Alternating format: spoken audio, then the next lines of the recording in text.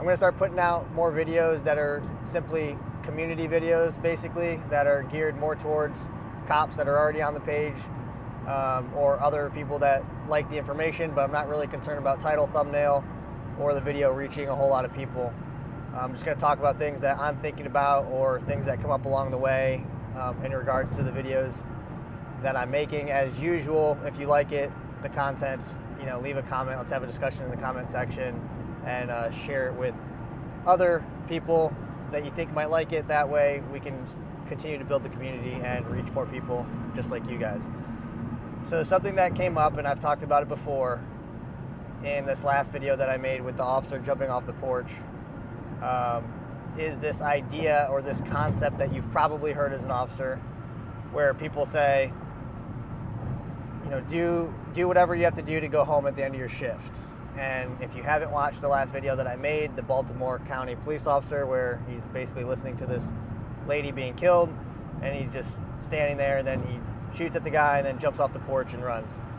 And that statement was made, and I understand now people on the internet leave comments, all kinds of comments about all kinds of things. So that's not a concern. So you see a bunch of different things, but that was one of the things that was said. Well, they do teach you to do everything you can to go home at the end of your shift. That also came up, and I heard this and thought it was absolutely insane. With one of the individuals involved in the Breonna Taylor incident, where he was talking to some individuals, and they were talking about the officer in that case that moved around the apartment and shot, I think it was 17 rounds, or maybe it was 14. He shot a lot.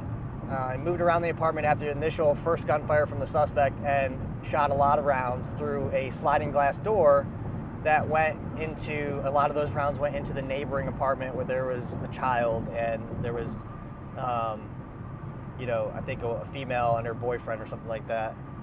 And what was said in that conversation from one of the people that was there was like, they teach us that in the academy. That's what they teach you. And I was like, that's weird. And then he said, yeah, they teach you to do whatever you have to do to go home at the end of your shift. And it's like, that's not what that means, right? And actually, when people say that, when I heard that, starting as an officer, the people that were saying that were kind of older people, and that was just kind of like a thing that was passed down to the younger people, and it made a lot of sense at the time. I mean, it still does make sense. But at the time, when you hear that, you're just kind of thinking in terms of like, do the right thing, and the important thing is that you do go home, and that is important. But is it the most important thing? Because if kids are being killed in the classroom and you're 63 feet away and not doing anything, but you're going to get to go home, is that really the most important thing? If you're on the porch and you're hearing someone being killed, is that really the most important thing?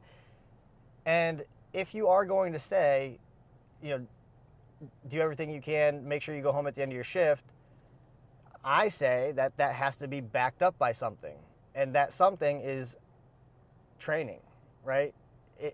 If you're just saying that, you do everything you can to go home at the end of your shift, and you're not actually training, then you're kind of just making stuff up and expecting outcomes to always just be in your favor, or position yourself in a way to where you're not even involved in the situation, so that you make sure you go home at the end of your shift.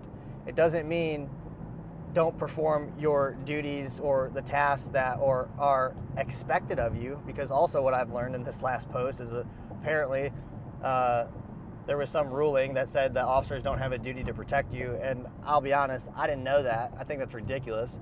I just figured that was something that was obvious, and I would assume that if you are in a situation that requires you to save somebody's life, to rescue somebody, etc., and you don't do anything, I would assume that would violate some types of laws or whatever, but I guess it doesn't, which, I don't know, just seems very odd to me.